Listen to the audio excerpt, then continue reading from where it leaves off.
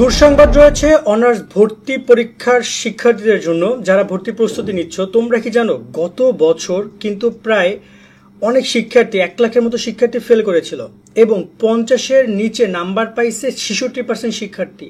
মানে তোমার 100% স্টুডেন্ট যারা পাশ করেছিল তার মধ্যে মাত্র 33% স্টুডেন্ট 50-এর উপরে নাম্বার পাইছে, আর 66% শিক্ষার্থী কি পাইছে 50-এর নিচে নাম্বার পাইছে।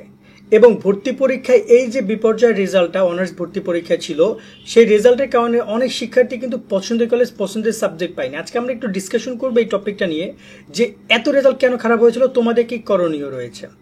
আর তোমরা যারা আমাদের এখনো চ্যানেলটা সাবস্ক্রাইব করো না, ফেসবুক পেজ ফলো দাও না, আমাদের সাথে যুক্ত থাকো সাবস্ক্রাইব ফলো দিয়ে, কারণ তোমাদেরকে আমরা নিয়মিত সব আপডেটগুলো দিব তোমাদের ভর্তি পরীক্ষা সম্পর্কে।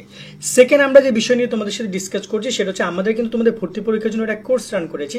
তোমরা চাইলে আমাদের সেই কোর্সে যুক্ত হতে পারো, বিস্তারিত দেখে নাও।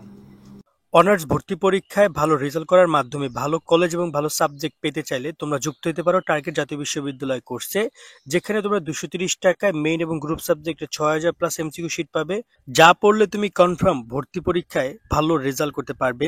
বিগত 5 বছর প্রশ্ন থাকছে, ভর্তির সকল তথ্যগুলো থাকছে, চান্স পাওয়ার জন্য যত গাইডলাইন তা পাবে। যে কোনো বিষয় পরামর্শের জন্য সরাসরি আমাদের যোগাযোগ করতে পারবে। কোর্সের মেয়াদকাল ভর্তি পরীক্ষার আগ পর্যন্ত থাকবে, তাই এখনই 230 টাকা দিয়ে কোর্সে যুক্ত হয়ে যাও। অলরেডি অসংখ্য শিক্ষার্থী আমাদের সাথে কোর্সে যুক্ত হয়েছে। কোর্সে যুক্ত হতে চাইলে স্ক্রিনে দেওয়া এই নাম্বারে বিকাশ বা নগদ থেকে 230 টাকা সেন্ড মানি করে আমাদেরকে হোয়াটসঅ্যাপে মেসেজ করো, আমরা তোমাকে কোর্সে যুক্ত করে নিচ্ছি। বিস্তারিত কমেন্টে এবং ভিডিও ডিসক্রিপশনে দেওয়া রইল। অলরেডি কিন্তু আমাদের কোর্সে অসংখ্য শিক্ষার্থী যুক্ত হয়েছে। যুক্ত হওয়ার সাথে সাথে তুমি পিডিএফ সাজেশন পেয়ে যাবে, যা তোমার জন্য যথেষ্ট, যা পড়লে তুমি ইনশাআল্লাহ পরীক্ষা ভালো রেজাল্ট করবে। এছাড়া ভর্তি পরীক্ষা পর্যন্ত সকল গাইডলাইন আমরা দিব, বিগত 5 বছর কোর্সেনও তো পেয়ে যাচ্ছে আমাদের কোর্সে। তো চলো আমরা এবার একটু বিস্তারিত আলোচনা করি যে গত বছর রেজাল্ট এত খারাপ করছিল কেন। আগে পরিসংখ্যানটা বোঝো। গত বছর পরীক্ষার আবেদন করেছিল প্রায় 5,60,000 শিক্ষার্থী। 5,60,000 শিক্ষার্থী পরীক্ষা আবেদন করেছিল, আর পরীক্ষা দিয়েছে কত তা ঠিক বলা হয়নি, তবে পরীক্ষায় ওভারঅল টোটাল পাস করেছে 4,60,000। তার মানে ফেল করছে কত, ডাইরেক্ট 1 লাখ।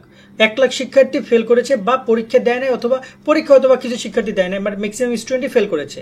তার মানে কত হইলো তোমার এখানে 5 লাখ থেকে সেটা চলে আসলো 4,60,000-এ, প্রায় এখানে প্রায় 12-13% স্টুডেন্ট কিন্তু ফেল করেছে।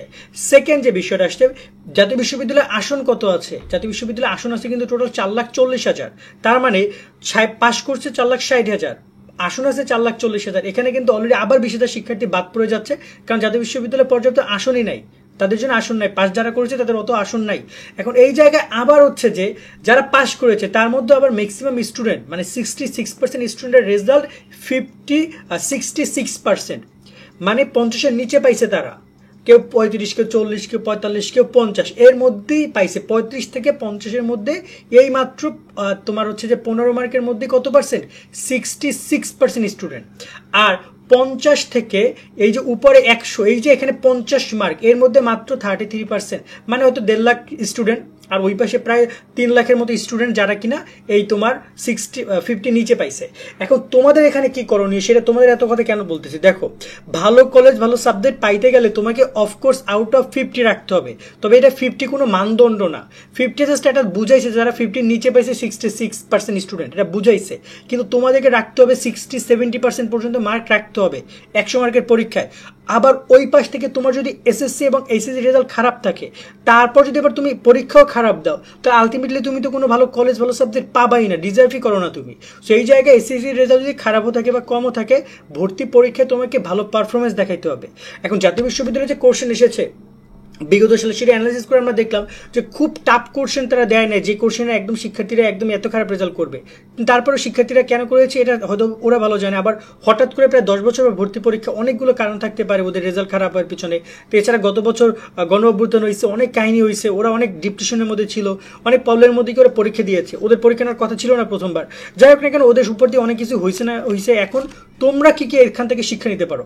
ফার্স্ট অফ অল তোমাদেরকে পরিশ্রম করতে হবে। অনেকে মনে করে ন্যাশনাল তো অনেক অনেক আসন সংখ্যা, ভাইয়া অনেক আসন সংখ্যা না, সর্বোচ্চ আসন সংখ্যা 1 লাখ যদি বলি। কেন?